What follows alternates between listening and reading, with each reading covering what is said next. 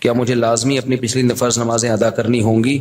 ارسلان صاحب جی ادا کرنی ہوں گی، لیکن ایسا نہ ہو کہ پچھلی کے چکر میں اب اگلی بھی چھوڑنا شروع کر دیں، زیادہ ٹینشن لے لیں۔ فی الحال آپ اپنے آپ کو اس کا عادی بنا دیں، لیکن 6 مہینے سے تو عادت پڑ گئی ہے آپ کی، 5 ماہ سے ماشاءاللہ نماز نہیں چھوٹی، تو زیادہ ٹینشن نہ لیں اس کی۔ لیکن یہ کہ شرعی مسئلہ تو چینج نہیں ہو سکتا، تو اس میں فجر کے ساتھ 2 رکعت فرض فجر کے پڑھ لیے، ظہر کے ساتھ 4 پڑھ لیے، عصر کے ساتھ 4 اور پڑھ لیے، مغرب کے ساتھ پچھلی مغرب کے، عشاء کے ساتھ، اور ہمارے نزدیک وطر بھی چونکہ واجب ہیں، نبی صلی اللہ علیہ وسلم کی اس بارے میں صحیح حدیث موجود ہیں، تو وطر کی بھی قضا کرنی چاہیے۔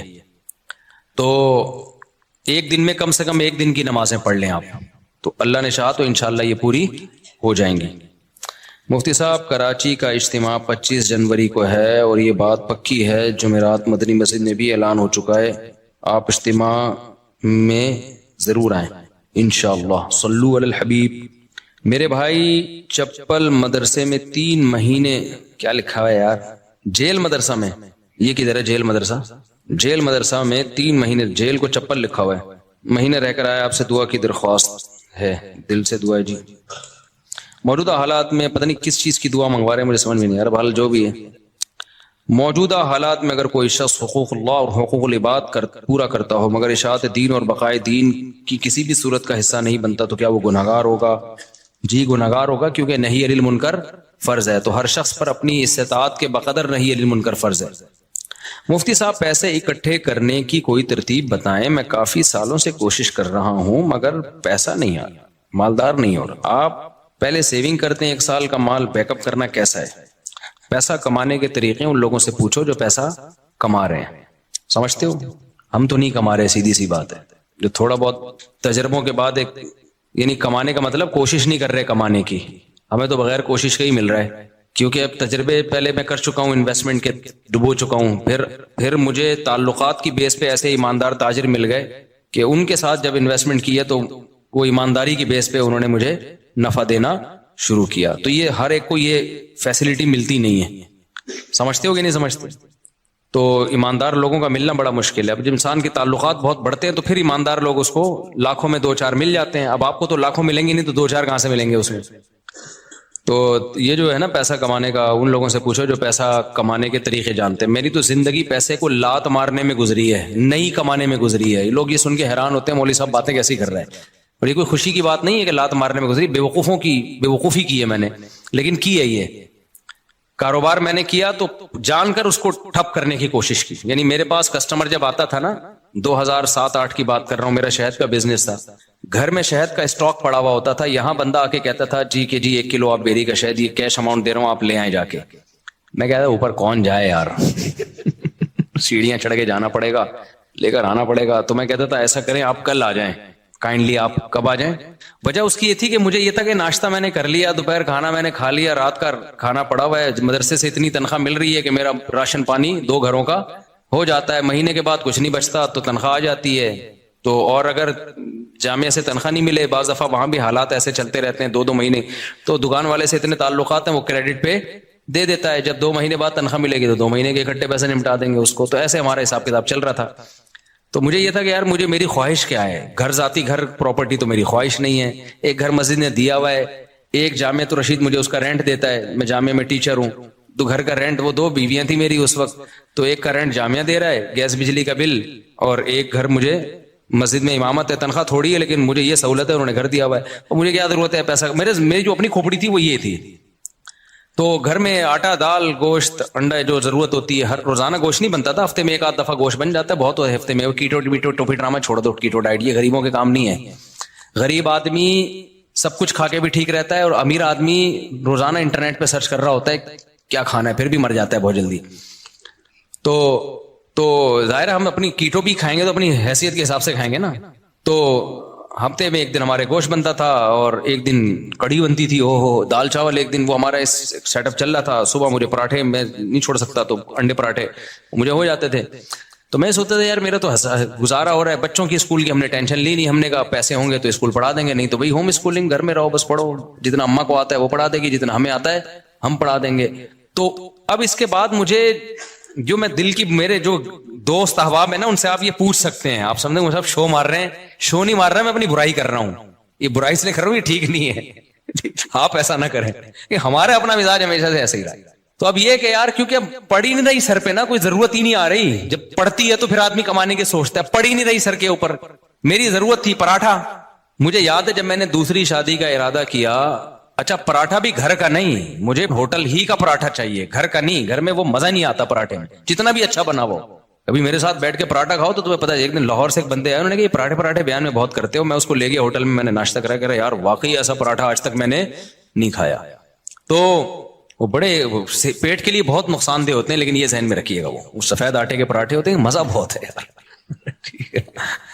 تو اب کیا تھا کہ میں نے کہا میری بنیادی ضرورت, بنیادی بھی نہیں ہے, عیاشی ہے پراٹھا. بنیادی ضرورت تو ناشتہ ہے ہی نہیں, 2 ٹائم کی روٹی ہے, ناشتہ تو آپ کی گریوی ہے. تو میں یہ سوچتا تھا کہ یار میرے پاس تو گھر بنانے کے پیسے نہیں ہیں, اللہ نے 2 گھر مجھے فری پھوکٹ کے دیے ہوئے ہیں. ایک کا کرایہ وہ ادارہ دے رہا ہے جہاں میں ٹیچر ہوں, اور ایک مجھے مسجد میں امامت کی وجہ سے امام ہونے کی حیثیت سے ملا ہوا ہے. ابے میں تو کروڑ ارب پتی آدمی ہوں, لوگوں کے پاس ایک گھر نہیں ہے, میرے پاس 2 گھر. اللہ کی قسم دل میں یہ کیفیت, یہ اوپر سے نہیں کہہ رہا.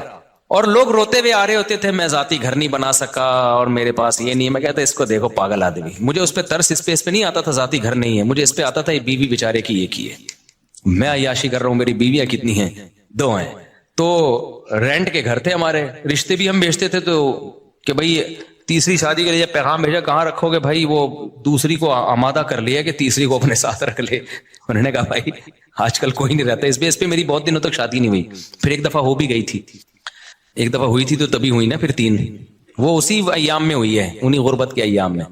تو الحمدللہ اس وقت مجھے کہیں اتنا سی بھی فیلنگ نہیں ہوئی ہے کہ میں غریب ہوں. اللہ کی قسم میری یہ کیفیت تھی, میرے سے بڑا سیٹ شاید دنیا میں کوئی بھی نہیں. وجہ اس کی یہ تھی, میں سوچتا تھا کہ ایک ہوتی ہے ضرورت, اللہ میری صرف ضرورت پوری نہیں کر رہا بلکہ مجھے ضرورت سے کئی گنا زیادہ دے رہا ہے. یہ جو پراٹھے میں صبح انڈے کے ساتھ پھوڑ رہا ہوں یہ میری ضرورت بولو. تو میں تو 3 ٹائم کا کھانا کھا رہا ہوں یار, گوشت ہفتے میں 1 دن کھا رہے ہیں تو کیا ہوا. دال چاول اور بھنڈی کا جو مزہ ہے, خدا کی قسم بھوک لگ رہی ہو, بھنڈی ایسے پھوڑتا ہے آدمی, میں تو مزے لے کے کھانا کھاتا ہوں. بھوک لگ رہی ہو, ابھی مجھے لگ رہی ہے بھوک, باقی مجھے سخت بھوک لگ, میں نے دوپہر کھانا نہیں کھایا اس لیے بھوک لگ رہی ہے, صبح کا ناشتہ کیا ہوا ہے. تو اب میں نے سب گھروں میں فون گھمایا ہے کیا پکا ہوا ہے. یہ سہولت ہے, تم غریبوں. اب میرا تمہیں گالیاں دینے کا دل چاہ رہا ہے. ہم نے فوکس کیا شادیوں کو جو نیچرل ہے, تم فوکس کرتے ہو بحریہ ٹاؤن کو, گاڑیوں کو. یہ نیچرل تھوڑی ہے یار, جو نیچرل لذتیں ہیں وہ تو بیوی اور بچوں میں ہیں. سمجھتے ہو کہ نہیں سمجھتے؟ بیویاں ہونی چاہیے, بچے ہونے چاہیے, وہاں سے محبتیں ملتی ہیں. گاڑی بھی تو تھوڑے دن میں دھی بھر جاتا ہے, پھر آدمی کہتے ہیں اس سے اونچی کی گاڑی, پھر اس کے بعد پھر بڑے بڑے لوگ گاڑیاں بیچ دیتے ہیں, اوبر میں جا رہے ہوتے ہیں. وہ یہ کھلونے ہیں تھوڑے دن کے دل بہلانے کے, ان سے دل بھر جاتا ہے. نہ بیویوں سے دل بھرتا ہے نہ بچوں سے دل بھرتا ہے. یہ تو نیچرل ہے نا, پراٹھے سے دل بھرتا ہے. کبھی روٹی سے دل بھرا کسی کا؟ 1 دن کھائی 2 دن کھائی, اب میں نہیں روٹی کھا رہا, پھر بھوک لگے گی, پھر روٹی کھانے کا دل. یہ نیچرل ہے. تو ہم شروع سے کوشش کرتے ہیں نیچر پہ رہیں بھائی, نیچر پہ رہیں.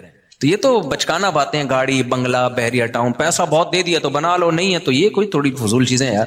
دیواروں اینٹوں سے, میں نے تو اپنی زندگی میں ایسے ایسے لوگوں کو دیکھا اربوں روپے لگا کے انہوں نے شیش محل بنایا, اتنا بہترین گھر, خدا کی قسم رہنا نصیب نہیں ہوا.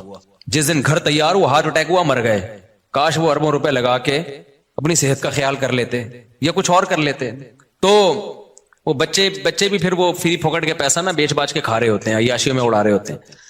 تو اس لیے ابھی جو ہے وہ میں نے گھروں میں فون گھمایا تو شلجم اور جو ہے گوشت کا شوربہ کہیں نہیں پکا ہوا تھا. تو گارڈوں سے میں نے پوچھا تم لوگوں نے کیا پکایا, انہوں نے کہا شلجم گوشت. میں نے کہا ہم آپ کے ساتھ کھانا کھائیں گے آج. شلجم گوشت شوربے والا تازہ, سب مزہ آتا ہے یار. بڑے گوشت میں نا شلجم ڈال دو, سبزی ڈال کے پکاؤ, بڑا مزہ. تو اتنی خدا کی قسم یہ لذیذ نعمتیں اللہ, بھوک لگ رہی ہو, اچار ہو, دال چاول ہو, کڑی پتے والی, آپ کو لگ نہیں رہی نا, اس لیے آپ کو مزہ نہیں آ رہا. ابھی سموسے کھا کے بیٹھے ہوگے آپ چائے کے ساتھ. جس کو بھوک لگ رہی ہو نا اس کو میری باتوں کو وہ انجوائے کرے گا. مجھے چونکہ لگ رہی ہے, باتوں میں مزہ آتا ہے. یہ نیچرل لذتیں ہیں جن کو یہ مل رہی ہیں, بس وہ عیاشیوں میں ہے بھائی. کیا کرنا ہے ایسی دولت کا, نہ کچھ کھا سکتا ہے نہ. اکثر مالدار ہم نے دیکھے ہیں, ایک آدھ بچہ ان کا, وہی بچہ خراب نکلا, وہی ٹینشن دے رہا ہے, زندگی عذاب بن گئی ان کی. شروع میں پیسے سے برگر اتنے کھا لیے کہ اب کچھ کھانے کے قابل نہیں بچے, اتنا وزن بڑھ گیا ان کا, کھا ہی نہیں سکتے. پراٹھے کا نام سن کے بے ہوش ہو جاتے ہیں وہ. تو سب سے بڑی نعمت صحت ہے, بیوی بچے ہیں, اور سر چھپانے کے لیے جگہ مل جائے, بے شک وہ کرائے ہی کی کیوں نہ ہو. تو میں کہتا یار لوگوں کے پاس ایک جگہ, میرے پاس کتنی ہے, حالانکہ میرا ان میں سے ایک بھی نہیں. مسجد والے جب امامت سے نکالے تو گھر بھی گیا, کیا خیال ہے؟ تو اور ایک کا کرایہ جامع رشید دے رہا تھا, وہ بھی کرایہ دے رہا تھا, تو انہوں نے کہا لے لو, اور وہ بھی ایک مخصوص کرایہ تھا. تو مجھے لگا کہ یار میرے لیے اتنا بہت ہے, 2 کمروں کا گھر لیا ہوا تھا میں نے. ایک دفعہ ایک صاحب آئے ہمارے گھر, دیکھے 2 کمروں کا گھر ہے, انہوں نے کہا یار مفتی صاحب ممبر پہ باتیں اتنی بڑی بڑی, یہ گھر ہے ٹوٹل؟ میں نے کہا جتنی بڑی باتیں اس سے بڑا اللہ نے گھر دیا ہے ہمیں الحمدللہ. 2 کمرے, میری ضرورت اس سے پوری ہو رہی ہے. اس وقت میرے 16 بچے تھوڑی تھے, 2 بچے تھے, تو 2 کمرے بہت ہیں, بہت ہے 2 کمرے, رہ لیتے ہیں. ایک واش روم ہے, کچن ہے, تھوڑے بہت. بس ایک چیز کی مجھے ٹینشن تھی, دھوپ نہیں ہے اس میں, ہوا بھی تھی, دھوپ نہیں ہے, تو وہ ایک ٹینشن تھی. تو میں کہتا تھا یار اللہ نے ساری عیاشیاں دی ہوئی ہیں, تو ایک تھوڑی سی اگر ٹینشن دے دی تو کیا ہے, دھوپ کا انتظام نہیں ہے, کیونکہ سن لائٹ میرے لیے, میں نہیں بغیر دھوپ کے بغیر گزارا ہوتا. تو پھر وہ یہ بڑی ایک ٹینشن ہوتی ہے انسان کو. خیر, تو میں جب دوسری کی سوچ رہا تھا نا, تو میں ناشتے نہیں مجھ سے چھوٹ رہے تھے ہوٹل کے جو خاص قسم کا پراٹھا. تو مجھے یاد ہے میں نے اپنے دوست کے ساتھ پلاننگ کی, یار میں اب دوسری شادی کر رہا ہوں, میرا خرچہ بڑھے گا, مجھے یہ ہوٹل کا پراٹھا چھوڑنا پڑے گا. آپ اندازہ لگا رہے ہو غربت کا. لیکن میں غریب نہ اس وقت سمجھتا تھا نہ اب, اور حقیقت ہے ہم کہاں سے غریب ہیں بھائی. میں نے کہا یار یہ مجھے قربانی دینی پڑے گی, کیونکہ اب میرے خرچے ڈبل ہو جائیں گے. تو مجھے اب یہاں سے کیا کرنا ہے, یہ عیاشی جو ہے نا, عیاشی پٹھان ہوٹل کے جا کے پراٹھے پھوڑ رہے, یہ عیاشی مجھے چھوڑنی پڑے گی. لیکن اللہ کی قدرت ایسی ہوئی کہ وہ بھی نہیں چھوڑنی پڑی. آپ جیسے جیسے شادی کرتے ہیں, بچے ہوتے ہیں, آپ کی سورس آف انکم بڑھتی چلی جاتی ہے, کم نہیں ہوتی ہے, تو کم ہوتی نہیں ہے کسی قیمت. اب میری سورس آف انکم پھر کہاں سے, آسمان سے پیسے برسنا شروع ہوئے. میرے ساتھ ایسے ایسے معاملات ہوئے ہیں کہ میں تو بتا رہا ہوں نا, کاروبار شروع کیا تو یہ بزنس ہو رہا تھا میرا, میں بیٹھا ہوا ہوں, جی شہد چاہیے, ابے اوپر کون جائے گا شہد لینے, کیوں میری ضرورتیں پوری ہو رہی ہیں, مجھے لگ رہا ہے یہ بزنس کیا ہے, غریبی ہے. اگلے دن آ رہے ہیں انکل بھائی اب تو لے آؤ, پھر اگلے دن گیا میں شہد لایا, چلو یار لے لو بھائی. اس طرح سے ہمارا شہد بک رہا ہے, اس سے جو پروفٹ ہو رہا ہے وہ بھی اتنا ہونا شروع ہو گیا. لیکن اتنا نہیں ہوا کہ کسی کے بزنس میں جو باقاعدہ. تو مجھے پھر اب تو چونکہ میرے مالی حالات اور اچھے ہو گئے الحمدللہ, تو پھر مجھے لگا کہ یار اچھا, پھر میں نے نکاح جب رجسٹریشن, میں نکاح فری میں پڑھاتا تھا, پیسے نہیں لیتا تھا, مجھے عجیب سا لگتا تھا نکاح پڑھا رہے آدمی پیسے لے رہا ہے اس کے. لیکن کیا ہوا, 4-6 دفعہ مجھے اندازہ ہوا کہ بھائی یہ نکاح نامہ بیٹھ کے فل کرتے رہو, نادرا سے وہ لوگ بھی پیسے مانگتے ہیں, نادرا سے رجسٹریشن کرواؤ اس کی, اچھا خاصا ٹینشن والا کام ہے. یا تو میں پابندی لگا دوں, میں کسی کا نکاح نہیں پڑھاؤں گا, یا مجھے کوئی بندہ رکھنا پڑے گا. پھر میں نے بندہ رکھا, کیونکہ میرے پاس بہت زیادہ لوگ آ رہے تھے نکاح پڑھوانے کے لیے. اچھا, اس کام کے لیے مجھے نکاح رجسٹرار بننا تھا. لوگوں نے کہا مفتی صاحب آپ نکاح رجسٹرار بن جاؤ, اس میں بڑے پیسے آئیں گے. میں نے کہا 1 سال تک مجھے یہ توفیق ہی نہیں مل رہی کہ میں جاؤں آفس کہ مجھے سرٹیفکیٹ دے دو قاضی کی نکاح رجسٹرار کا. ہلا ہی نہیں جا رہا, کیونکہ ضرورت نہیں ہے نا, پراٹھے چل رہے تھے اسی حساب سے, تو میں کیوں جاؤں. پھر میں نے کیا کیا, ایک قاضی نے مجھے, ایک نکاح رجسٹرار نے کہا یار آپ میرا فارم لے کے پڑھا آپ دیا کرو, فیس لے کے مجھے دے دیا کرو آپ میں رجسٹر کر. تو میں نے ایسا کرنا شروع کیا, 6 مہینے میں نے ایسے کیا. ایک نکاح رجسٹرار آئے, انہوں نے کہا میرے پاس پورا سیٹ اپ ہے, پڑھا آپ دیا کرو, ڈاکومنٹیشن میں کر دوں گا, پیسے کس کو دے دیا کرو. تو میں نے پیسے لینا شروع کر دیا, ان کو دینا شروع کی. تو محنت ہو رہی تھی نا بیچارے کی, نکاح بھرنا بھی ہے اس نے. ایک دن کیا ہوا, جو یونین کونسل میں ہوتے ہیں نا, جو نکاح رجسٹریشن کا سرٹیفکیٹ دیتے ہیں, وہ خود میرے پاس چل کے آ گیا. اس نے کہا مفتی صاحب آپ کے نام سے, آپ کے سائن سے اتنے نکاح ہو رہے ہیں, تو آپ خود نکاح رجسٹرار کیوں نہیں بن جاتے. میں نے کہا یار مجھے یہ وہاں چل کے جاتے ہوئے بہت ٹینشن ہو رہی ہے, کہ کیونکہ مجھے جس چیز کی ضرورت نہ ہو نا, مجھ سے وہ کام ہوتا نہیں ہے. تو اب میری ضرورتیں پوری ہو رہی ہیں. انہوں نے کہا آپ ادھر ان کو اتنے پیسے دے رہے ہو, خود رکھ لو, وہ کچھ اپنا رکھ لو, کچھ اپنے اسسٹنٹ کو دے دو کچھ. تو میں نے پھر یہ کیا کہ میں نے کہا بھائی میرے پاس ٹائم نہیں ہے. وہ خود گھر پہ آ کے سارا کام کیا, سرٹیفکیٹ پکڑا کے چلا گیا نکاح رجسٹرار کا. میں نے کہا اسٹیمپ تیرا باپ لگائے گا اس پہ, میرے پاس تو ٹائم نہیں ہے. اس نے ٹھپے لگے ہوئے نا پہلے سے, آپ پر اعتماد ہے, آپ مس یوز نہیں کرو گے.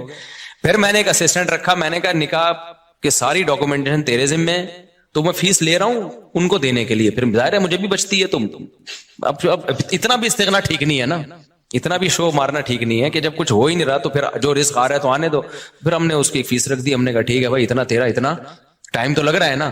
تو یہاں جا کے پھر یہ وہ اتنے نکاح آنے شروع ہو گئے کہ انڈے پراٹھوں سے ہم تھوڑا آگے, ہم نے کہا فری پھوکڑ کا آ رہا ہے بھائی. اچھا خیر, پھر بھی اتنی فیس نہیں ہے جتنی لوگ لے رہے ہیں.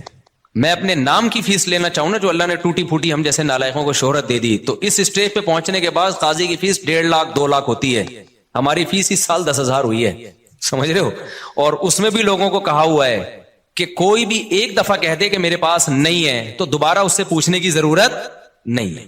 یہ نہیں اس کے کہ تو آئی فون لے کے کیسے گھوم رہا ہے جب تو کم بخت 10,000 نہیں دے سکتا, یہ تیرے پاس یہ موبائل کہاں سے, یہ نہیں. اس کو میں نے اسسٹنٹ کو بتایا جو ایک دفعہ کہہ دینا کہ نہیں دے سکتا دوبارہ پوچھنے کی ضرورت بولو نہیں ہے, فری میں پڑھائیں گے. تو فری میں بہت سارے نکاح پڑھاتا ہوں اور تعلق والوں سے تو کوئی ایک روپیہ بھی نہیں ہوتا, بلکہ اسسٹنٹ کو اپنی جیب سے دے رہا ہوتا ہوں کہ یار تیری محنت تو لگ رہی, نادرا میں تو خرچہ ہو رہا ہے نا, مجھ سے لے لینا پیسے. وہ سمجھ میں نہیں آ رہی میرا خیال ہے بات. تو ہم نے تو پوری زندگی کوشش کی ہے نالائقی میں پیسے کو لات مارنے کی. یہ شادیاں بچوں ہی کی برکت ہے جو اللہ کھلائے. اللہ نے مجھے زندہ رکھا ہوا اب تک اس لیے تاکہ 15 سال پہلے جو میرے ساتھ دوست تھے نا جو کہتے تھے تم شادیاں کر رہے ہو پیسہ ہے نہیں تمہارے پاس, بھوک سے مرو گے, تو اللہ نے مجھے اب تک زندہ اس لیے رکھا ہوا ہے یہ بتانے کے لیے کہ ان کو بتا دینا کہ اس بچوں کی سپیڈ بھی کم نہیں ہوئی ہے, شادیوں کی سپیڈ میں بھی کوئی کمی نہیں آئی ہے, اور اللہ کیسے کھلا رہا ہے کیسے پلا رہا ہے. ایک اہل حدیث دوست نے میرے 2010 یا 11 میں مجھ سے ملنے کے لیے آئے تھے, اتنی بڑی داڑھی ان کی, لال نا کلر, وہ مہندی لگائی ہوئی انہوں نے, میری 4 شادیوں والی کتاب پڑھی انہوں نے. ابھی میرا کل ان سے فون پہ پرسوں ان سے فون پہ بات ہوئی ہے اس لیے میں یہ واقعہ سنا رہا ہوں. وہ آئے کہتے ہیں آپ نے کیا کتاب لکھی ہے مفتی صاحب. اچھا انہوں نے میرے حالات دیکھے, میری پٹ پٹی, انہوں نے مجھے اپنے گھر میں دعوت کی. انہوں نے کہا یار میں نے ایسی کتاب آج تک نہیں پڑھی. بڑے متاثر تھے. یہ وہی ہے جن کو تبلیغ میں نہیں میں نے بتایا تھا کہ وہ سارے فرقوں میں دھکے کھا کے آخر میں گئے تبلیغ میں, وہ یہ وہی ہیں, بروہی ہیں بروہی. تو بلوچستان سے ان کا تعلق ہے. انہوں نے میری گھر میں دعوت کی, میں اپنی پٹ پٹی پہ گیا. اچھا اس وقت بھی ہمارا ہم پٹ پٹی کو سمجھ رہے تھے لینڈ کروزر ہے ہماری, غربت کا تو اس وقت بھی احساس نہیں تھا کیونکہ بھائی لوگوں کے پاس یہ بھی نہیں ہوتی یار. تو ہم تو پٹ پٹی بھی جا رہے ہیں, ٹرن کر کے پہنچ گئے. مجھے یہ خوشی ہوتی تھی کہ اس کے پیسے میرے پاس ہیں الحمدللہ, میں پیٹرول ڈال سکتا ہوں اپنے خرچے پہ. تو ان کا پرسوں فون آیا, انہوں نے کہا مفتی صاحب مجھے آپ کا وہ زمانہ یاد ہے, اور کہتے ہیں میں آپ کا ہر جگہ دفاع کرتا ہوں, ہر جگہ دفاع کرتا ہوں کہ اس آدمی نے اس وقت یہ بات کہی تھی کہ پیسہ مت دیکھو شادیاں کرو نسل مت روکو. کہہ رہے اب لوگ نا آپ کی ریووں پہ اعتراض کرتے ہیں, یہ مفتی ریووں میں گھوم رہا ہے, یہ مفتی امریکہ جا رہا ہے, یہ مفتی جاپان جا رہا ہے, یہ مفتی سوئٹزرلینڈ جا رہا ہے, یہ مفتی یہ وہ بھائی جب ظاہر ہے نوٹ آئیں گے تو شادیاں تو ہوں گی. کہہ رہا ہے میں ہر ایک کے ساتھ سامنے دفاع کرتا ہوں کہ میں اس مفتی کو جتنا جانتا ہوں آپ لوگ نہیں جانتے. اس مفتی کے پاس بچے پہلے آئے ہیں, بیویاں پہلے آئی ہیں, ریوو, اور ابھی تک یہ ریوو میری نہیں ہے کرائے پہ ہے. اچھا یہ میں ویسے ہی راز کی بات بتا دوں, لیکن ہم اس کو کیا سمجھتے ہیں, یہ بینک سے لیوے تو رینٹ ہوتے دینا پڑتا ہے تو لیکن بھائی ہمیں اس سے کیا میری ہے یا رینٹ کیا ہے, تو اسٹیئرنگ کس کے کنٹرول میں ہے, میرے کنٹرول, میری ہے بس. کرائے کا گھر ہے, اگر چابی اس کی میرے پاس ہے تو کس کا گھر ہے, وہ مالک مکان میری پرمیشن کے بغیر نہیں گھس سکتا گھر میں. آئے نا اگر بولو گے تو کیوں آ رہا ہے بھائی, تو میرا گھر ہے. تو اتنا کافی ہے میرا ہونے کے لیے, اس سے زیادہ کی ہوس مت کرو. پھر بہت پیسہ اللہ نے دے دیا تو ٹھیک ہے. اب مجھے گارڈننگ کا بہت شوق تھا, میرے پاس تو زمین ہی نہیں تھی سبزیاں اگانے کے لیے. تو اب ایک ہے تو گورنمنٹ ہی کی زمین ہے لیکن کسی کام کی نہیں ہے, تو ہم نے یہاں پودے لگانا شروع کر دیے. جب تک کوئی چھیڑ نہیں رہا تو ہم اپنی سمجھ رہے ہیں. ابھی میں نے اس کا ولاگ بھی بنایا ہے, لوگ سمجھ رہے ہیں مصطفیٰ کے پاس بڑا ایریا زبردست, حالانکہ وہ گورنمنٹ کی زمین ہے لیکن مجھے اس سے کیا کرنا, جب وہ میرے کام میں سبزی اگا کے مجھے دے رہی ہے, میرے ٹماٹر کا شوق پورا کر رہی ہے, میری بھنڈی کا شوق پورا کر رہی ہے, تو ابھی اپنی بھی تو یہی کرتی ہے. اس میں گورنمنٹ تو خوشی ہوگی اچھا کسی کام میں آ رہی ہے. یہ جو نرسری والے ہوتے ہیں یہ تو فٹ پاتھوں پہ لگا رہے ہوتے ہیں نا, یہ جو فٹ پاتھ پہ نہیں, وہ جو بیچ میں روڈ کے بیچ میں جگہ ہوتے ہیں, گورنمنٹ تو چاہتی ہے اچھا ہے گرینری ہوگی, تو بس وہ اپنی سمجھو اس کو یار. تم تو مجھے کیا کرنا ہے کہ کاغذ میں میرے نام ہو. بھائی جو چیز میرے استعمال میں وہ کس کی ہے, آپ نے پراٹھا اپنے خرچوں سے خرید کے مجھے اس میں شریک کر لیا تو یہ پراٹھا کس کا ہے, میرا ہے. مزہ وہی آئے گا اس میں. اب میں کہ یہ میں نے چونکہ اپنے پیسوں سے نہیں خریدا, ابے تو بے وقوف آدمی ہے, تو کسی اور کے پیسوں سے اگر تو تجھے پراٹھا کھلا رہا ہے اور تیرا دوست ہے, کوئی بھگاری بن کے نہیں کھلا رہا, کوئی ایسا نہیں وہ بعد میں تجھے تانے دے رہا ہو, تو تمہیں تو نوالا پیٹ میں جا رہا ہے نا, تمہاری تو بنیادی ضرورتیں پوری ہو رہی ہیں. اب تمہارے خرچے پہ ہو کسی اور کے خرچے پہ ہو, تمہیں آم کھانے سے مطلب ہے, تمہیں پیڑ گننے سے مطلب نہیں ہونا چاہیے. تو میرے رب کے مجھ پر احسانات ہیں. جب میں پیدا ہوا تو مجھے ماں بھی ملی محبت والی, باپ بھی ملا محبت والا, بہن بھائی کی نعمت ملی, ابا اماں کھلاتے رہے, اس وقت میرے خرچے پہ نہیں ابا کے خرچے پہ ہم کھاتے رہے, ہمیں کھانے سے مطلب تھا. اللہ نے ہمیں گھر کی چھت بھی دی, ابا کے گھر تھا وہ, میرا گھر نہیں تھا. تو مجھے اس سے کیا غرض کہ مجھے تو گھر مل گیا نا جو میری ضرورت ہے. پھر جب ہماری شادی ہوئی, دوسری جب ہوئی, تو دھکے مار کے گھر سے نکالنے کی کوشش سے پہلے ہی ہم نکل گئے. الحمدللہ ہمیں پتا تھا نکال دیا جائے گا لیکن ہم پہلے ہی نکل گئے. تو لیکن نکالا نہیں ہے, دوسری زیادہ باتیں نہیں جا سکتی. خیر, تو اب کچھ باتیں آنے میں گھر والے بھی سن رہے ہوتے ہیں, وہ بھائی بھائی بولوں کہ آپ کیا باتیں کر رہے ہیں. اچھا خیر, تو پھر مجھے ایک گھر کرائے پہ مل گیا, تو میری تو چھت, مجھے وہی چھت مل گئی الحمدللہ, پراٹھے اسی طرح سے چلتے رہے, کھانا پینا چلتا رہا, اب تک بھی چل رہا ہے. تو میں نے اس لیے کاروبار کو بدتمیزی کے ساتھ کاروبار کیا کہ کچھ ضرورت ہی نہیں پڑ رہی یار, کوئی مصیبت پڑے نا, بھوک لگ رہی ہے, مر رہے ہیں, تو پھر آدمی اخلاص سے کرتا ہے. تو ہماری مہینے کے اینڈ کے بعد نہیں, مجھے اگلے مہینے کی پہلی تاریخ کو میرے ساتھ کیا ہوگا یہ مجھے نہیں پتا ہوتا تھا. تو اب ایسے آدمی کے پاس اگر پیسہ آئے تو اس کا تو دماغ خراب ہو جائے گا کہ نہیں ہو جائے گا, جو اس زمانے کو بادشاہت والا زمانہ سمجھ رہا ہو. تو میرے پاس تو اگر ریوو آ گئی تو میں تو کہہ رہا ہوں یار, میں تو پٹپٹی کو سمجھتا تھا کیا یہ جو نہیں ہوتی دھکے والی پٹپٹی. پھر ہمارے پاس جب پیسہ آیا تو ہم نے پھر وہ GTO 110 بھی خریدی, ایسا نہیں ہے کہ وہ پٹپٹ بھی گھومتے رہے. تو جب یہ تو پھر تو اس لیے ہم لوگوں کے مسائل غربت نہیں ہے, ناشکری ہے. آپ نے ایک فرض کیا ہوا ہے کہ میں نے اس لیول تک جانا ہے, میں نے, ابے کیوں فرض کر کے بیٹھا ہوا ہے, تو محنت ضرور کر, اللہ دے دے ٹھیک ہے, نہیں دے تو جو ہے اس پہ سمجھو کہ بہت دیا اللہ نے ہمیں, اور اس سے انسان کی صحت اچھی ہوتی ہے, خوش رہتا ہے تو اور اچھی ہو جاتی ہے صحت, ہر چیز کو انجوائے کرتا ہے. اور جو آدمی بیچارہ دولت کی ٹینشن لے کے بیٹھا, وہ کمبخت دولت بھی اس کے کام کی نہیں ہوتی, اس کو ہر وقت ٹینشنیں کھائی جا رہی ہوتی. تو خوش رہنا سیکھو بھائی, خوش وہی رہے گا جو کہے گا میرے پاس میری حیثیت سے زیادہ اللہ نے مجھے دیا ہے. جو یہ جس کے دماغ میں کانسیپٹ آ گیا نا, تو وہ خوش رہے گا.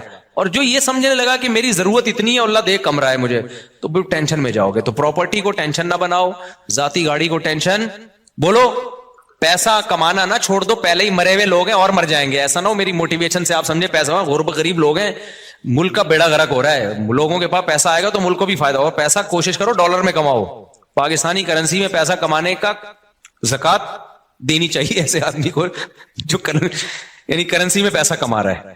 تو پیسہ کماؤ ڈالر میں. ہم تو لوگوں کو ترغیب دیتے ہیں باہر سے پیسہ لے کر آؤ, تبھی میں لوگوں کو کہتا ہوں یوٹیوب چینل بناؤ, ولاگنگ کرو, کچھ بھی کرو. ابھی تو میرا ایونٹ تو اسلام آباد میں یہی تو ترغیب دینے کے لیے تھا کہ یہ جو یوٹیوب ہے نا, بہترین جو یوٹیوب کی ارننگ کے جو حرام ہونے کے لوگ کہتے ہیں نا حرام ہے, اس پہ تو میں کئی دفعہ دلائل دے چکا ہوں. لوگ کہتے ہیں احتیاط والے پہلو پر عمل کریں اگر حلال حرام میں بہتر. بھائی احتیاط والے پہلو پر اگر آپ عمل کر رہے ہو تو دوسری احتیاط چھوٹ رہی ہے. اب یہ جو یوٹیوب ہے, سوشل میڈیا ہے, یہ ریمیڈنس لانے کا ایک بہت بڑا ذریعہ ہے.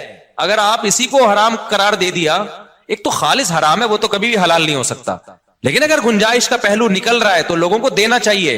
اس لیے کہ ریمیڈنس جتنا زیادہ ملک میں ابھی آئے گا وہ یوٹیوب فیس بک کے ذریعے آئے گا, جتنا اس کے ذریعے آ رہا ہے کسی اور ذریعے سے نہیں آ رہا. اس سے آپ کا ملک تھوڑا سا تو اسٹیبل ہوگا نا, آپ کا کنٹری. اس پہ لوگ ہمیں کہتے ہیں اصل میں اپنے چینل ہے نا اس لیے یوٹیوب کی ارننگ حلال ہے. جب ہمارا چینل نہیں تھا تب ہم نے یوٹیوب کی ارننگ کو حلال ہونے کا فتویٰ دیا تھا 2014 میں. اس وقت تو ہمیں پتہ ہی نہیں تھا یوٹیوب چینل ہوتا کیا ہے, پتہ تو اب بھی نہیں ہے کیونکہ ابھی بھی ہمارا چینل کسی اور نے بنایا ہے, لیکن اس وقت تو پتہ ہی نہیں تھا کہ اس میں کوئی سورس آف انکم بھی ہے, کچھ بھی نہیں پتا تھا اس بارے میں. تو اس وقت ہم نے جائز ہونے کا فتویٰ اسی وجہ سے دیا تھا کہ بھائی اس میں دونوں پہلو نکل رہے ہیں, لیکن جائز ہونے والے پہلو کو ترجیح دی جائے گی, کیونکہ اصل جو یوٹیوب سے آپ کو ارننگ ملتی ہے وہ پروڈکٹ کو پروموٹ کرنے کی ملتی ہے. اس میں جو لڑکیاں آ رہی ہیں وہ ایک اضافی چیز ہے, پیسے اس کے نہیں مل رہے. جیسے موبائل کی دکان پہ آپ لڑکی کو بٹھا دو تو بٹھانا غلط کام ہے, آپ نے اگر خود بٹھایا ہو, کسی اور نے بٹھایا تو وہ آپ کو گنا بھی نہیں ملے گا اس کا. تو یوٹیوب ہمارے مشورے سے تھوڑی لا رہا ہوتا ہے وہ اشتہار میں لڑکیوں کو. تو آپ نے اگر موبائل کی دکان پہ لڑکی بٹھا دی ہے تو لڑکی بٹھانا غلط عمل ہے, لیکن اس سے آپ کی ارننگ تھوڑی حرام ہو جائے گی, کیونکہ لڑکی دیکھنے کے پیسے تھوڑی لوگ دے رہے ہیں نا. آپ کو نہیں آ رہی سمجھ میں میرا خیال ہے. اب دیکھو آج کل لوگ کیا بڑی غیر اخلاقی حرکت کر رہے ہیں کہ ان کی دکان چل نہیں رہی ہوتی تو کسی حسینہ کو لا کے بٹھا دیتے ہیں موبائل شاپ پہ. آپ کو پتا ہے قوم ٹھرکی ہے, شادیاں وادیاں تو کرتی نہیں ہے, تو کہیں سے بھی ان کو اسمیل آ جائے نا کسی لڑکی کی تو وہاں پہنچ جاتے ہیں. وہاں بیٹھو داڑھی مونچھوں والا عجیب سا بغلیں بال بڑے ہوئے اس کے وہ بیٹھا ہوا ہے وہاں پہ, اور ایک میں کوئی حسینہ بیٹھی ہوئی ہے موبائل بیچ رہی ہے. تو کراؤڈ کدھر, ٹھرکیوں کا کراؤڈ کدھر جاتا ہے, کہتے ہیں چلو موبائل ملا نہ ملا اس بہانے کسی انٹی سے بات کا موقع مل جائے گا, تو وہاں چلے جاتے ہیں, موبائل بھی اس بہانے بک جاتا ہے. تو یہ غیر اخلاقی حرکت ہے نا. لیکن کوئی مفتی یہ نہیں کہے گا کہ وہ جو موبائل فروخت ہوا ہے اس کی ارننگ حرام ہو گئی ہے, اس لیے کہ ارننگ اس لڑکی سے بات چیت یا بدنظری کی نہیں ہے. اس کو جو پیسے مل رہے ہیں وہ اس موبائل کے عوض میں پیسے مل رہے ہیں. تو یہ عمل غلط ہے کہ آپ لوگوں کو غلط طریقے سے کھینچ کے لا رہے ہو, لیکن اس سے ارننگ حرام نہیں ہوگی. اور یہ بھی عمل جب غلط ہے جب آپ نے کیا ہو. تو یوٹیوب پہ جو مونیٹائزیشن کے بعد آپ کو پیسے ملتے ہیں وہ کمپنیوں کی پروڈکٹ کو پروموٹ کرنے کے پیسے ملتے ہیں. وہ پروموٹ کرنے کے لیے لڑکیوں کو بھی بیچ میں گھسیڑ دیتے ہیں وہ. تو یہ غلط کر رہے ہیں, لیکن یہ آپ غلط نہیں کر رہے, یہ کون غلط کر رہا ہے, یہ گوگل غلط کر رہا ہے. تو گوگل ہمارے پاس ہوتا تو ہم نہیں کرنے دیتے اس کو. تو یہ آپ کے اختیار میں تھوڑی ہے. اس کی مثال ہے آپ نے کرائے پہ کسی کو دکان دے دی, موبائل بیچنے کے لیے آپ نے کہا بھائی مجھے اتنا رینٹ چاہیے, اس نے لڑکی لے جا کے بٹھا دی. لوگ کہیں گے آپ کی دکان میں لڑکیاں بیٹھی ہوئی, آپ کہیں گے بھائی یہ میرے اختیار میں نہیں ہے, یہ میں نے کسی کو رینٹ پہ دی بھی ہے, اور میں نے شراب کی دکان نہیں کھولی, اس پہ شراب بیچنے کی اجازت نہیں ہے. اب وہ بیٹھا ہے, یہ اس کو سمجھاؤ, تبلیغ میں سیر روزہ لگواؤ اس کا, تاکہ وہ یہ کام نہ کرے. تو یہاں بھی ایسا ہی ہو رہا ہے. اس لیے مفتی کا کام ہوتا ہے, جو مفتیان کرام ہوتے ہیں, ہر پہلو سے فتویٰ دو. ہمارے پاس 2013-14 میں یہ یوٹیوب کی مونیٹائزیشن کے سوالات آئے تھے, اس وقت علماء کا پینل بیٹھا تھا پورے ڈیٹیل کے. اس وقت ہمارا کوئی چینل نہیں تھا, نہ ہمارا ارادہ تھا, اور 2-3 سال کے بعد بھی لوگوں نے بتایا کہ چینل آپ مونیٹائز کر لیں. میں نے کہا چھوڑو یار, ہمیں کیا پیسہ کمانا ہے یوٹیوب, وہی ہمارے تو پراٹھے پورے ہو رہے ہیں. تو پھر بھی نہیں کیا ہم نے مونیٹائز. لوگ کما رہے تھے, ہم نے کمانے دیا ان کو. اس کے بعد پھر یہ جو ایڈمن ہے ہمارے یو ایس اے میں, احمد طالب, انہوں نے 18 میں چینل بنایا, انہوں نے خود یہ مونیٹائزیشن کی ہے. مجھے تو مونیٹائزیشن کا لفظ ہی کئی دنوں کے بعد جا کے یاد ہوا تھا کہ یہ کیا ہوتا ہے.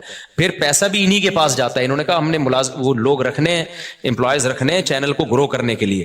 تو اگر پھر بھی میں نے بھی بنایا ہو تو اس میں یہ الزام کہ چونکہ اپنے چینل مونیٹائز ہوئے ہوئے, اس چکر میں انہوں نے مفتیوں نے حلال ہونے کا فتویٰ دیا, تو یہ بدگمانی ہے. یعنی مولویوں کو کسی حال میں جو, اگر ہم حرام ہونے کا فتویٰ دیتے ہیں نا, تو پتہ ہے لوگ کیا کہتے ہیں, اب یہ ان کو تو کیا, ان کے تو چارج, ان کے تو نکاح پڑھا کے پیسے آ رہے ہیں نا, ان کے تو ہدیے نذرانے مل رہے ہیں, قوم جائے بھاڑ میں, ان کو بس حلال حرام کی. تو وہ لوگ یہ باتیں کرتے حلال ہونے کا فتویٰ دیا, اصل میں اپنے چینل کھل گئے ہیں نا ان لوگوں کے, اس لیے یہ کر رہے ہیں. تو وہی ہے ملامتی فرقہ ہے مولوی تو کسی حال میں. اور کچھ مولوی ایسے ہوتے بھی ہیں, 2 نمبر بھی ہوتے ہیں, لیکن ہمارے ہاں جو فتویٰ دیا گیا ہے وہ اس کسی لالچ کی بیس پہ نہیں دیا گیا. اور میں اور مزید آپ کو ایک احتیاط, ہم نے فتویٰ دیا اس کی مونیٹائزیشن کے جواز کا, لیکن جب ہمارے ایڈمن احمد بھائی نے میرے چینل کو مونیٹائز کیا ہے نا, تو میں نے کہا اس میں دوسرے علماء سے بھی فتویٰ لوں گا, اپنے بارے میں اور احتیاط کروں گا. ہم نے دوسروں کو تو جواز کا فتویٰ دیا ہے, لیکن اپنے بارے میں اپنی فتوے پر عمل کروں نہ. تو جو ایکسپرٹ مفتیان کرام ہیں, جو مجھ سے بھی زیادہ ایکسپرٹ ہیں, آدھا 1-1 گھنٹہ میں نے بیٹھ کے ان سے پھر اس پہ ڈسکشن کی ہے کہ بھئی اور بھی جتنے پہلوؤں کے لحاظ سے اس پہ غور کیا جا سکتا ہے. تو یہ بات کہاں سے چلی تھی, تو یہ مجھ سے پوچھ رہے ہیں کہ پیسہ کمانے کا طریقہ. تو میرے پاس تو ایک ہی طریقہ ہے, شادیاں کرو, بچے اسپیڈ سے پیدا کرو, جب ضرورت بڑھے گی تو رزق کے دروازے بھی بڑھ جائیں گے. لیکن ایسا ہے نہیں, بچے بھی اسپیڈ سے پیدا کرو, رزق کمانے کی کوشش بھی کرو. آپشنل ہمارے ساتھ ایسا ہو گیا کہ ہم نے رزق کو لات ماری, پھر بھی رزق آ گیا. لیکن اللہ کا قانون یہ نہیں ہے. قانون اللہ کا یہ ہے کہ آپ کو شادی بھی کرنی ہے اور کمانے کی فکر بھی. میرے ساتھ شاید اس لیے بھی ہو گیا ہو کہ ہم تو دین کی خدمت کے لیے, میں نے وقف کیا اپنے آپ کو کہ یار ہم ساری زندگی دین کی خدمت کریں گے, تو شاید اللہ کی کوئی رحمت ہو گئی ہو کہ چلو یار ایک بندہ دین کی خدمت میں لگا ہوا ہے, اور عبرت کا نشان نہ بن جائے کہیں 4 شادیوں کے بعد سارا فلسفہ ہی دفن ہو جائے شاید. اور یہ بھی ڈھیل بھی ہو سکتی ہے اللہ کی طرف سے, استدراج بھی, کہ اللہ تعالیٰ میرے کسی عمل سے ناخوش ہوں, اللہ بچائے ایسی بات سے.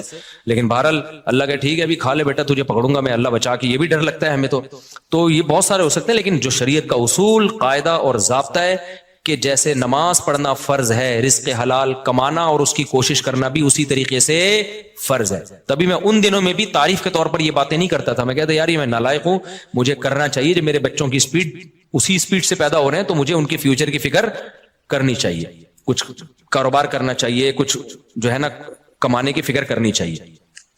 تو یہ فکر کرنا فرض ہے. ایسے توکل جائز نہیں ہے کہ ہاتھ پہ ہاتھ رکھ کے بیٹھے رہو کہ چونکہ پراٹھے کا خرچہ پورا ہو رہا ہے, تو کل جب غربت آئی نا تو پھر بہت بڑی مصیبت کھڑی ہو جاتی ہے. 4 بیویاں مل کے تمہیں چترول لگائیں گی پھر صحیح بات کہ دکان پکوڑوں کی اور باتیں. تو ایک بھی شادی کر رہا ہے, اور ایک بھی شادی غربت میں بڑے مسائل کھڑے ہو جاتے ہیں. ایک غربت اللہ کی طرف سے ہوتی ہے, بھئی آپ نے کوشش کی پھر بھی نہیں ہو رہا, تو اس میں تو انسان صبر کرے. ایک اپنی حماقت سے ہوتی ہے, وہ خطرناک ہے, وہ خراب ہے. آج کل جو زیادہ تر غریب ہے نا, ہم وہ اپنی حماقتوں سے ہیں. باقی یہ جو بھائی نے پوچھا ہے پیسے کمانے کا طریقہ, تو بھائی ماہر لوگوں سے پوچھیں. آپ یہ دیکھیں آپ کے اندر کیا قابلیت ہے. ایک اہم بات, ابھی جو ہم اسلام آباد میں گئے نا, بڑے بڑے یوٹیوبرز آئے ہوئے تھے. ایک یوٹیوبر نے بڑی پیاری بات کی, ادھر ملیر کینٹ کے تھے وہ. انہوں نے کہا کہ یہ جو بھی پیسہ کمانے کی کوشش کرتا ہے نا, اور وہ چاہے کہ پہلے دن میں آ جائے گا, وہ کبھی بھی کامیاب نہیں ہوتا. آپ تسلی کے ساتھ, محنت کے ساتھ, جو آپ کے اندر صلاحیت ہے وہ کرتے رہو. ہم میں سے ہر شخص 2 دن میں کروڑ پتی بننا چاہتا ہے, تو اس سے ڈپریشن کے علاوہ کچھ بھی حاصل نہیں ہوتا. جواری بن جاتے ہیں 2 دنوں میں کروڑ پتی, جوا کھیلنے والے, لیکن 2 دنوں میں پھر وہ بھکاری بھی بن جاتے ہیں. تو وہ جوئے والا طریقہ ہے. حلال طریقے سے ایسا بہت ہی کم ہوتا ہے. میں سوچتا بہت ہوں مگر عمل نہیں کرتا. جیسے حج ورزش کرنی ہے, جاگنگ کرنی ہے, رات کو پوری پلاننگ کر لوں گا مگر حج نہیں مجھے کیا اسٹیپ لینا چاہیے, پہلا قدم اٹھاؤں اور عمل کروں. میں نے پورا جمعے کا بیان اس پہ کیا ہے کہ ڈائری پہ لکھنا سیکھو. جو جو باتیں آپ نے کرنی ہے ایک ڈائری پہ لے آؤ کہ یہ میں نے کرنا ہے, اور پھر ایسے ہی لے آؤ اٹرم پٹرم. یہ نہیں کہ ترتیب سے لکھنا شروع کرو ورنہ لکھا ہی نہیں. جو کرنا ہے نا اپنے فیوچر میں, جو آپ کی ضرورت ہے وہ آپ ڈائری میں ڈال دو. یار مجھے یہ بھی کرنا ہے, یہ بھی کرنا ہے, یہ بھی کرنا ہے, یہ بھی, اٹرم پٹرم جو کڑپڑ آتا ہے نا لکھ دو اس پہ. پھر یہ ایک دن میں نہیں ہو جائے گی پلاننگ, ذہن میں رکھنا. ہو سکتا آدھا گھنٹہ ایک گھنٹہ آپ کو جو آپ کے دماغ میں وہ ڈائری میں لکھنے میں ہی لگ جائے, اور کوئی پلاننگ نہ ہو تو کوئی بات نہیں, کل اس سے آگے سے شروع کر لینا. سمجھ رہے ہو؟ پھر آپ نے کیا کرنا ہے, ان میں کون سے کام پہلے کرنے ہیں, کون سے, یہ تو پورا ٹائم مینجمنٹ کی ایک ورکشاپ ہوتی ہے, وہ ٹائم لینڈر والے کرواتے ہیں. وہ یمین الدین نام ہے نا سلیمان احمد صاحب کے آج کل, جو وہ بڑی زبردست ورکشاپ کرواتے ہیں, اس کو اٹینڈ کر لیں ایک دفعہ. یمین الدین انٹرنیٹ پہ سرچ کریں گے آ جائے گی. وہ بہت خاندانی ورکشاپ کرواتے ہیں. سلیمان احمد صاحب کروا رہے ہیں آج کل, نہیں کروا رہے مجھے نہیں پتا. ٹائم لینڈر لکھیں گے نا اس پہ LENDER, تو وہ یوٹیوب پہ ان کے وہ ورکشاپ کرواتے ہیں. اس کا خلاصہ یہی ہے کہ آپ ڈائریوں میں چیزیں اتاریں اور دماغ میں نہ رکھیں. پھر آپ کہیں کہ یار ورزش شروع کرنی ہے, کیوں نہیں ہو رہی, کب تک چھپو گے پیڑوں کی آڑ میں, کبھی تو ملو گے لنڈا بازار میں. اسی طرح اگر زندگی گزری تو ایک دن مر جاؤ گے. کولیسٹرول اتنا بڑھ جائے گا, ڈاکٹر کہیں گے اب آپ بھاگے نا تو آپ کے گھٹنے خراب ہو جائیں گے, اتنا وزن بڑھ جائے گا, تو اس سے پہلے پہلے بھاگ لو. تو پھر آپ کہیں کہ یار یہ رکاوٹ کیا بن رہی ہے, اس پہ اس کو لکھیں. رکاوٹ یہ بن رہی ہے صبح بہت سستی ہوتی ہے, صبح دل نہیں چاہ رہا ہوتا, تو چلو مغرب کے بعد شروع کر دو. صبح جو کام کر سکتے ہو وہ کر لو بھائی. صبح نہیں ہو رہی نا, فائدے مند تو صبح ہی ہے. نہیں ہو رہی تو جب ہو رہی ہے اس ٹائم پہ کر لو یار. مغرب یا عصر کے بعد مجھے سستی نہیں ہوتی, عصر کے بعد کر لوں گا. اچھا شیطان پھر یہاں آ کے کہتا ہے عصر کے بعد بھی, کیونکہ پوستی پناہ ماشاءاللہ پاکستانی قوم آپ کو پتا ہے. آپ نے ڈائری میں لکھ دیا بھائی صبح ہمت نہیں ہوتی, عصر کے بعد کروں گا میں, یہ آسان ہے میرے لیے. عصر کے بعد بھی نہیں ہوگی مجھے پتا ہے, عصر کے بعد بھی نہیں ہوگی. پھر آپ عصر کے بعد کہو گے اس سے بہتر ہے ایک سموسہ کھا لو, چائے پی لو. تو آپ پلاننگ یہ کرو کہ یار عصر کے بعد بھی نہیں ہوئی, وجہ کیا ہے؟ وجہ یہ کہ ابے سوچو آپ جا کے دوڑو گے پارک میں, تو یار ایسا کرو دوڑیں گے نہیں, پارک میں واکنگ کر لوں گا میں 15 منٹ, یہ تو ہو جائے گا نا. تو یہ لکھ دو کل واکنگ کروں گا خالی. جاگنگ کے تصور سے روح کانپ رہی ہے. تو آپ پھر کیا ہوگا پتا ہے, پھر آپ ابے 20 منٹ کون واکنگ کرے گا یار, اس سے بہتر ہے وہ جو میرا دوست آیا ہوا ہے اس کے ساتھ ادھر ہی بیٹھ کے, کیونکہ وہ کون سا واکنگ کے لیے آپ کے ساتھ جائے گا. تو پھر آپ نے کیا کرنا ہے یار, 15 منٹ بھی نہیں ہو رہی نا, ایسا کرو پارک کا ایک چکر لگا کے آ جاؤں گا بس. تو جو ہو رہا ہے نا وہ کر لو. اس کا فائدہ یہ ہوگا کہ اگلے دن آپ کے اندر اس سے زیادہ کی صلاحیت پیدا, بولو میں نے 20 دفعہ تجربہ کیا ہے, میرا جاگنگ کا بالکل دل نہیں چاہ رہا ہوتا تھا, بعض دفعہ بھائی یار سستی ہو رہی ہے, جوتے پہن کے میں نے ارادہ کیا میں جاؤں گا پارک میں نا, جاگر پہن کے گیٹ کو ہاتھ لگا کے آ جاؤں گا بس. آج چونکہ ایسا ہوتا ہے بعض دفعہ موڈ ہی نہیں ہو رہا ہے یار, سستی, اور کوئی وجہ نہیں ہوتی, وہ ویسی سستی. انسان کے ساتھ یہ حوال ہوتے ہیں, ہر ایک کے ساتھ ہوتے ہیں. تو میں نے تجربہ کیا ہے, شوز پہن لو بس آپ, اور بولو میں پارک کے گیٹ کو ہاتھ لگا. لیکن اب آدمی وہاں جاتا ہے تو کہتا ہے چکر لگا لو یار, کر لو بھائی, ٹھیک ہے نا. جم کبھی کبھار جانا ہوتا ہے, ہم جاتے بھی نہیں پابندی سے, لیکن جس دن اسکیجول میں ہوتا ہے کہ آج جانا ہے بہت, یہ سب کام نا نوجوانوں کے شروع کے بڑے جوش ہوتے ہیں. میں نے دیکھے بڑے لڑکے آتے ہیں جم جا رہے ہیں, اور اسپیڈ بریکر بنا لیے نا بہت سارے یہاں پہ, تو 4-6 دن کے بعد پھر سستی شروع. اصل میں وہ ٹائم ہوتا ہے کہ اب آپ نے اس کام کو کنٹینیو کرنا ہے یا نہیں کرنا. تو زیادہ کے چکر میں تھوڑا مت چھوڑو, تھوڑا سا کرو گے تو آپ کو وہی موٹیویشن مل جائے گی. کئی دفعہ ایسے ہوا ہے, میں جم گیا, میں نے کہا بس ایک دفعہ نا وہ یوں پلی کھینچ کے آ جاؤں گا میں, آج ہمت نہیں ہو رہی. لیکن جب آدمی جاتا ہے تو آدمی کہتا ہے یار پراپر پوری ایکسرسائز کرو جو آپ کا معمول ہے.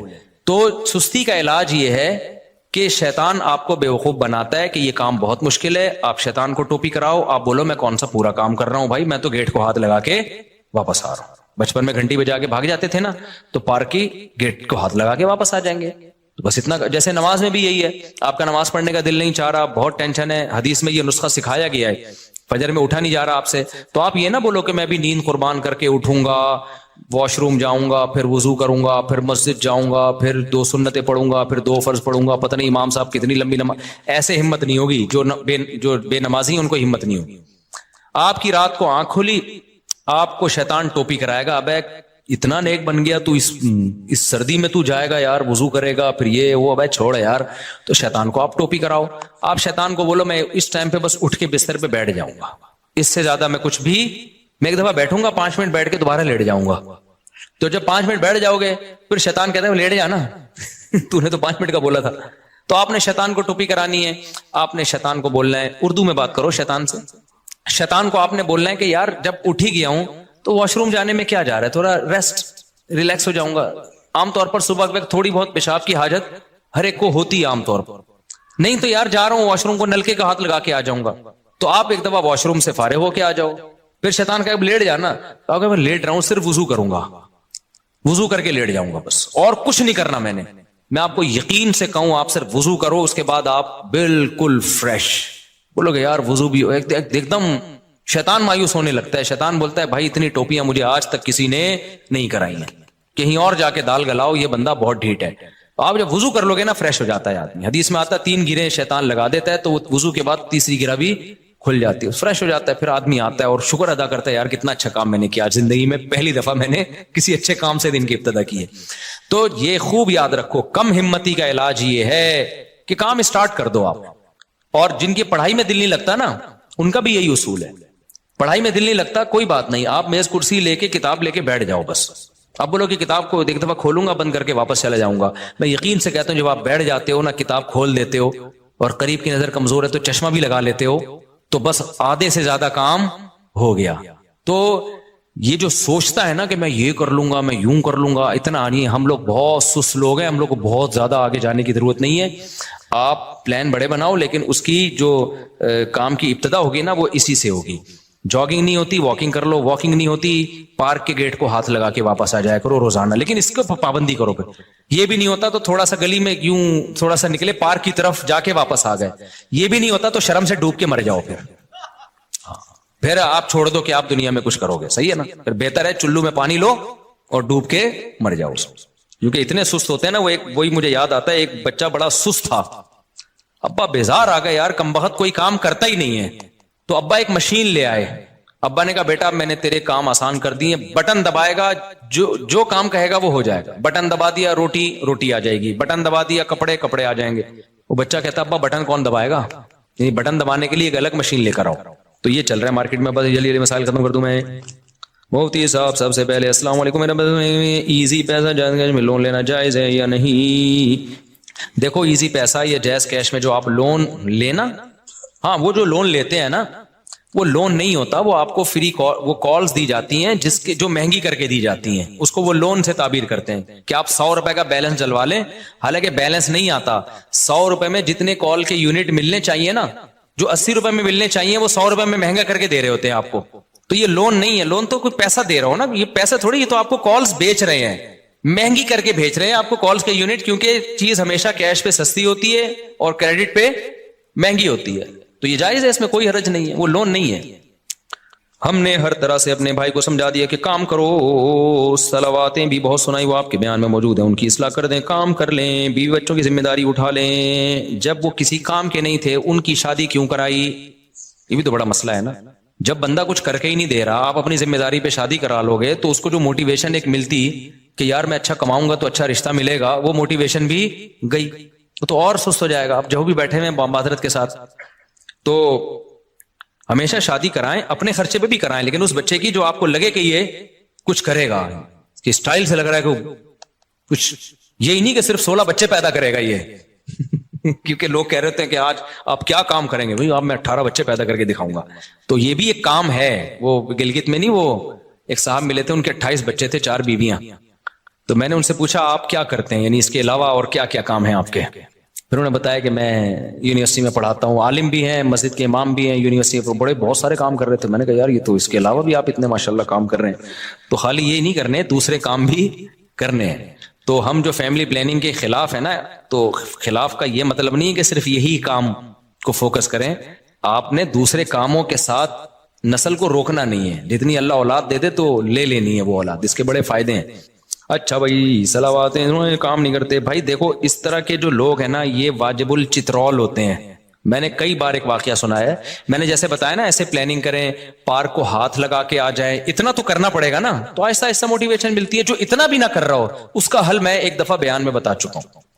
ہم مدرسے میں رہتے تھے تو ہمارے سامنے ایک چھوٹی سی بیکری تھی. بیکری کی چھوٹی سی اس لیے کہ کاؤنٹر چھوٹا سا تھا, باقی تو پوری ان کی فیکٹری تھی پیچھے. اس میں وہ میں نے دیکھا پنجاب کی فیملی تھی, وہ بہت اسپیڈ سے کام کر, وہیں وہ باقر خانیاں اور کیکرس انہیں کی وہیں بنتے تھے اور صبح صبح تازہ تازہ ملتے تھے, بڑا ٹیسٹ ہوتا تھا ان کا. بسکٹ بھی وہ خود بنا رہے ہیں تو ظاہر ایک تازہ چیز بن کے آئے گی. ہم جاتے تھے مدرسے کے, اکثر طلبہ وہیں سے ناشتہ لیتے تھے, بریڈ لینی ہے, کیکرس لینے ہیں, تو سب وہیں سے لیتے تھے. تو میں ان کو دیکھا بہت ایکٹیو ہیں وہ لوگ. پنجاب کے لوگ آپ کو پتا ہے ویسے بزنس میں ایکٹیو بہت ہوتے ہیں, سست نہیں ہوتے وہ لوگ. تو اب وہ ٹھکا ٹھک ٹھکا ٹھک باہر خانی 20 روپے کی چاہیے, ٹھکا ٹھک ایک دم لائے, پیسے لیے, ایسے اسپیڈ میں کام کر رہے ہوتے تھے. اب جو لوگ تاجر ہوتے ہیں نا, ان کا جب بزنس بڑھتا ہے تو اپنے بچوں کو بھی بلانا شروع کرتے ہیں. تو میں نے دیکھا کہ ان کا جو ہے نا 18-20 سال کا ایک لڑکا پنجاب سے انہوں نے بلا لیا کہ چل بھائی تو بھی آ جا بیکری میں ہمارے ساتھ. وہ آ گیا, وہ اس طرح کا عادی نہیں تھا. اب ہم نے اس سے, میں نے باقر خانی مانگی, یار 2 باقر خانی لاتے. وہ جا رہا ہے کھجاتا ہوا نا یوں کر کے, ایسے جا رہا ہے, یوں کھجا رہا ہے, چلتا ہوا جا رہا ہے, لا کے دے رہا ہے. وہ اس کو کہہ رہے ہیں بیٹا بیٹا بیٹا کر کے بات کرے. بھائی تھے اور والد ہوگا ان کا, کہ بیٹا ذرا کسٹمر کھڑا ہوا ہے, ایسے بزنس نہیں ہوتا, ایسے تم جا رہے ہو باتیں کر, کسٹمر آ رہا ہے نا تو کوئی باتیں کر رہا ہے تو کسٹمر سے باتیں کرنے میں لگ گیا وہ. تو وہ میں نے دیکھا پورا ہفتہ تقریباً وہ یہی ڈھیلا پن, اور وہ بار بار اس کو ڈانٹے, یار تو کیا کر رہا ہے بیٹا, ایسے نہیں ہوتا بزنس, بزنس میں بہت ایکٹیو رہنا پڑتا ہے, ٹھگا ٹھگ نمٹاؤ لوگوں کو. بات اس کو سمجھ میں نہیں آئی. ایک دن میں آیا تو میں نے دیکھا وہ بھی اسی اسپیڈ میں ٹھکا ٹھک آ رہا ہے, جا رہا ہے, ایسے نا بالکل. تو میں نے کہا یار یہ کیا ہو گیا. پتا چلا کہ جی ان کی فیملی میں یہ رواج ہے کہ شروع میں اس طرح محبت سے سمجھاتے ہیں, نہیں آئے تو کمرہ بند کر کے نا طبیعت سے چترول لگاتے ہیں. تو غالب گمان قریب یقین ہے پرانا قصہ ہو گیا, مجھے پوری تفصیل یاد نہیں, اس کو بھی طبیعت سے انہوں نے دھویا ہے کہ تجھے 1 ہفتے سے سمجھا رہے ہیں بھائی یہ کاروبار کا طریقہ نہیں ہوتا. رڑتا رڑتا جا رہا ہے, وہاں جا کے پھر باتیں کر رہا ہے, پھر کسی سے, اس کو موبائل تو تھا نہیں, کبھی کسی سے باتیں کر رہا ہے. موبائل ہوتا تو پھر تو بزنس تو بالکل ہی ختم, ٹک ٹاک پہ ویڈیوز دیکھ رہا ہوتا بیٹھ کے. تو وہ طبیعت سے, ان کا رواج خاندان میں پنجاب میں ہوتا ہے, اب بھی ہوتا ہے, طبیعت سے دھو دیا نا اس کو, اس کے بعد ٹھکا ٹھک ٹھکا ٹھک. تو یہاں کوئی بیٹھے ہوئے بہت معذرت کے ساتھ, تو جو اس طرح کا سست ہونا, تبھی یہ بڑا بھائی اور باپ بہت بڑی نعمت ہے.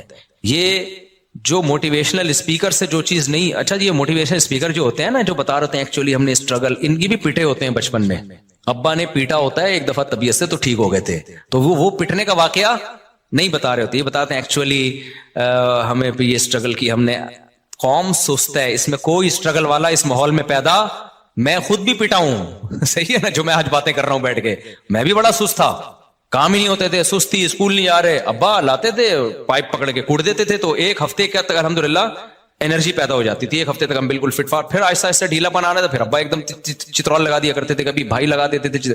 مجھ سے تو ٹی کی ڈنڈی نہیں لکھی جاتی تھی اوپر. میں نے ایک واقعہ سنایا نا, میں انگلش میں ایک ورڈ لکھ رہا ہوں تو اتنی سستی سے لکھتا تھا. سستی اصل میں بائی نیچر سستی نہیں تھی, مجھے کھیل کود کا دل چاہتا تھا, پڑھائی میں سستی تھی, میرا دل چاہتا تھا ادھر بھاگنے دوڑنے میں ہم لگے. تو میں نے ٹی لکھا ہے سستی میں, اوپر کا نا وہ ڈنڈی نہیں ڈالی, یہ والی, خالی یہ والی ڈنڈی ڈالی. تو ایسے میں لکھ رہا ہوں اور اوپر سے ڈنڈیاں چھوڑ رہا ہوں. تو مجھے یاد ہے ایک زوردار چماٹا آیا نا, غیبی چماٹا آیا, ایک دم میں ہل گیا. تو میرے بڑے بھائی نے لگایا تھا تھپڑ, انہوں نے بولا یار تم اتنا کیا لکھو, تمیز سے تو لکھو, ٹی کی ڈنڈی تو ڈالو. اس کے بعد سے آج تک اس واقعے کو, میرا خیال ہے یہ 80s کا واقعہ, میں بہت چھوٹا تھا اس وقت, 87 یا 88 کی بات ہوگی, 88 بہت ونس اپون اے ٹائم, اتنا پرانا تو میں لگ بھی نہیں رہوں گا آپ کو. تو 88 کی بات ہوگی. اس کے بعد سے آج تک سب کچھ بھول سکتا ہوں. جب میں ٹی میرے بھائی بھی یہ واقعہ بھول گئے ہوں گے, جب بھی میں ٹی لکھتا ہوں نا, اوپر کی ڈنڈی آج تک میں نے کبھی نہیں چھوڑی. ہو سکتا ہے کوئی لفظ لکھ رہا ہوں, اسپیلنگ غلط لکھ دوں, میں 2-3 الفابیٹ ہی چھوڑ دوں, لیکن جہاں ٹی آئے گا تو پورا آئے گا, اس کے اوپر کی ڈنڈی کبھی بھی. تو کچھ چیزیں ہوتی ہیں جو گھر میں بہت سست ہونا, ہل کے نہیں دے رہا ہو. آپ نے موٹیویشنل اسپیکر بھی سنا دی, اس کو سب کی تقریریں سنا دی, ہماری تقریر پھر بھی تو بہترین ہے, ایک دفعہ اس کو طبیعت سے دھو ڈالو, انشاءاللہ سیٹ ہو جائے گا. لیکن آج کل بچے بدتمیز اتنے ہو گئے ہیں, بڑا بھائی ڈانٹ دے تو وہ آگے سے جواب دے دیتے ہیں, باپ ڈانٹ دے تو آگے سے جواب دے دیتے ہیں. تو اس بدتمیزی والے ماحول میں تو پھر تربیت نہیں ہو سکتی بھائی. تو اس لیے کہتے ہیں پہلے بچوں کو تمیز سکھاؤ, بعد میں باقی چیزیں سکھاؤ. ہر طرح بھائی کو سمجھایا, وہ بھائی بیچارہ اللہ خیر کرے. آپ نے پچھلے جمعے میں کہا تھا میں پہلے خود کو اسٹیبل کرنے کا ہدف بناؤ, پھر بعد میں ماں باپ کو حج کروانا. اگر ایسا کریں گے تو اس سال حج کا سیزن چلا جائے گا, تو چلا جائے بھائی. ایک صاحب نے مجھ سے پوچھا کہ میرے پاس پیسے نہیں ہیں, تو میں ہدف ایک ویژن بنا رہا ہوں کہ ماں باپ کو حج کراؤں. ان کو میں نے کہا تھا آپ غلط چیز کو ویژن بنا رہے ہو, آپ ویژن بناؤ کہ میں پہلے اسٹیبل ہو جاؤں, میں پیسہ کما لوں.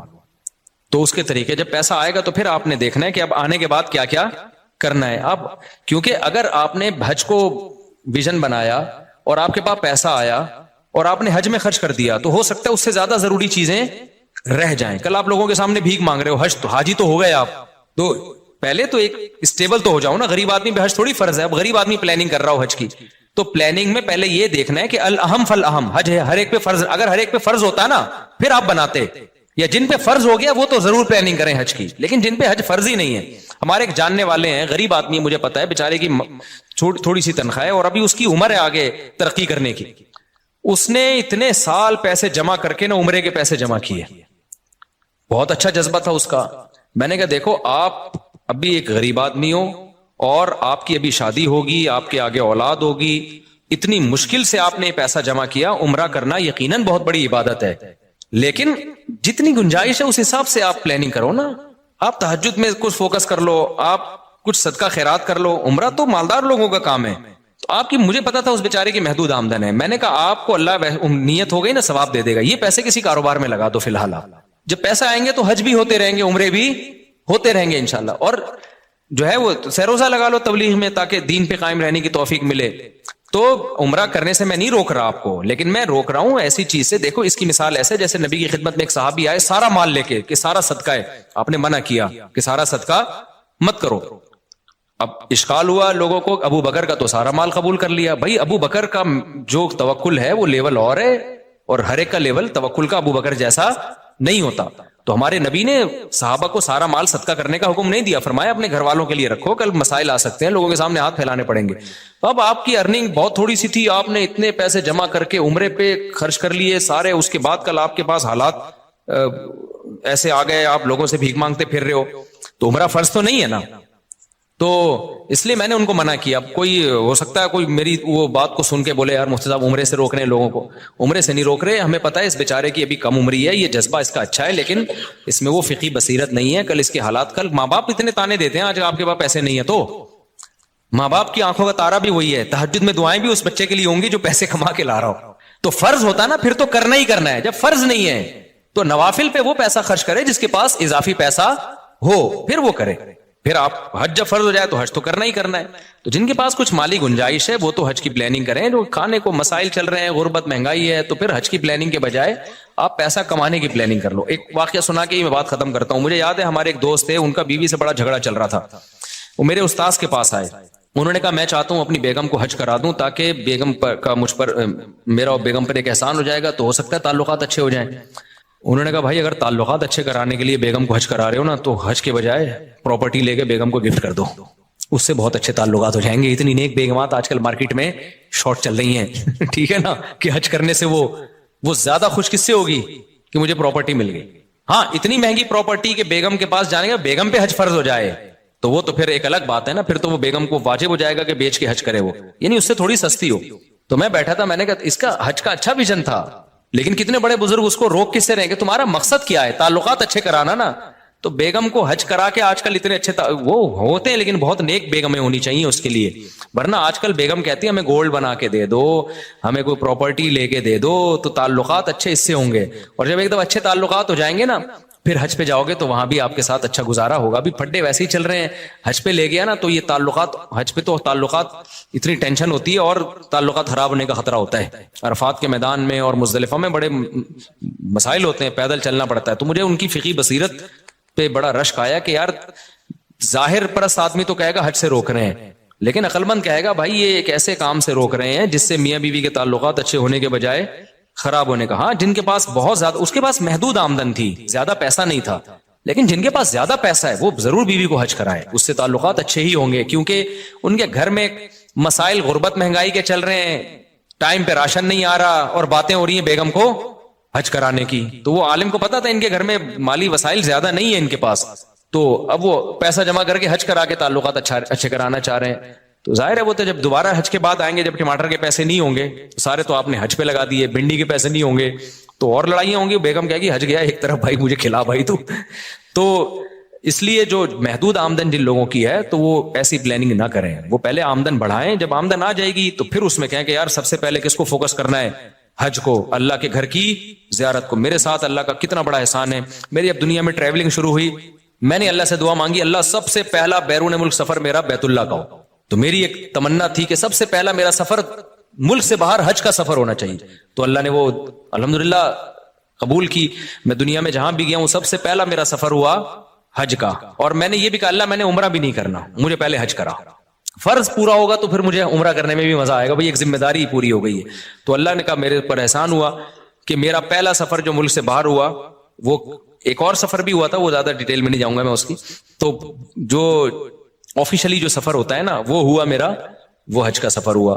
تو میں نے کہا اب دنیا میں جاؤں, پہلی دفعہ آدمی جائے گا ہاں بھائی ملک سے باہر نکلے تو اللہ کے گھر کی زیارت کے لیے. تو میں لوگوں سے بھی کہتا ہوں جب آپ کے پاس وسائل ہیں تو بھائی سب سے اول درجے پہ حج کو رکھو. وسائل نہیں ہے تو پھر حج کی پلاننگ بناتے بناتے جو بہت سارے اور بھی ضروری کام ہیں وہ آپ کے رہ جائیں گے. حج کر کے آ جاؤ گے اتنا پیسہ اکٹھا کر کے, اس کے بعد پھر وہی ماں باپ بولیں گے بیٹا اب ہماری بیماری کے پیسے ہیں نہیں تیرے پاس, ہمیں علاج کرانے تو نے حج پہ لگا دیے. اور حج میں بھی بعض دفعہ بیمار ہو جاتا ہے انسان, بوڑھے لوگ تو بہت زیادہ بیمار ہونے کا خطرہ ہوتا ہے ان کو. پرچی دیتے ہیں مجھ سے پوچھتے ہیں, اس لیے میں نے آج ان کا ذرا ڈیٹیل میں جواب دے دیا ہے کہ آپ پیسہ کمانے کی پلاننگ کر لیں اور اس میں یہ نیت کریں کہ جب پیسہ آئے گا تو پھر میں حج کروں گا بھی, کراؤں گا بھی, عمرے بھی کروں گا, زکوٰۃ صدقات بھی دوں گا, خیرات بھی کروں گا. آنے دیں, آنے سے پہلے دکان پکوڑوں کی اور باتیں کروڑوں کی. اچھی نہیں لگتی یہ باتیں, آئندہ یہ پرچی میرے پاس نہیں آنی چاہیے ورنہ میں تجھے حج کرا دوں گا, بتا رہا ہوں میں 1 سال سے پرچی آ رہی ہے میرے پاس. مفتی صاحب زلفوں کی شرعی حیثیت بیان کریں. بھائی زلفیں رکھنا جائز ہے, بال بڑے رکھنا, دیکھو شریعت میں 3 کیفیتیں, یا تو پوری ٹنڈ کرا کے رکھو, لوگ شعر پڑھیں حسن تیرا اس طرح سالم رہا, سر مڈانے پر بھی تو ظالم رہا. بعض لوگ ٹنڈ پہ اچھے چمکتی ہے ٹنڈ کے اوپر. دوسری آپشن یہ ہے کہ بال چھوٹے رکھو لیکن چاروں طرف سے برابر. یہ جو کہیں سے بال چھوٹے, کہیں سے آج کل نئے نئے فیشن آ رہے ہیں بالکل عجیب عجیب قسم کے, یہ صحیح نہیں ہے, نبی صلی اللہ علیہ وسلم نے منع کیا ہے. اور تیسرا بڑے بال رکھنے تو پٹے والے بال رکھو, سارے بال پیچھے لے جاؤ, یہاں سے جتنے چاہو بڑھاؤ, یہاں تک بھی لا سکتے ہو, یہاں تک بھی لا سکتے ہو, کندھوں تک بھی لا سکتے ہو. کندھوں سے نیچے نبی صلی اللہ علیہ وسلم سے ثابت نہیں ہے, جائز وہ بھی ہے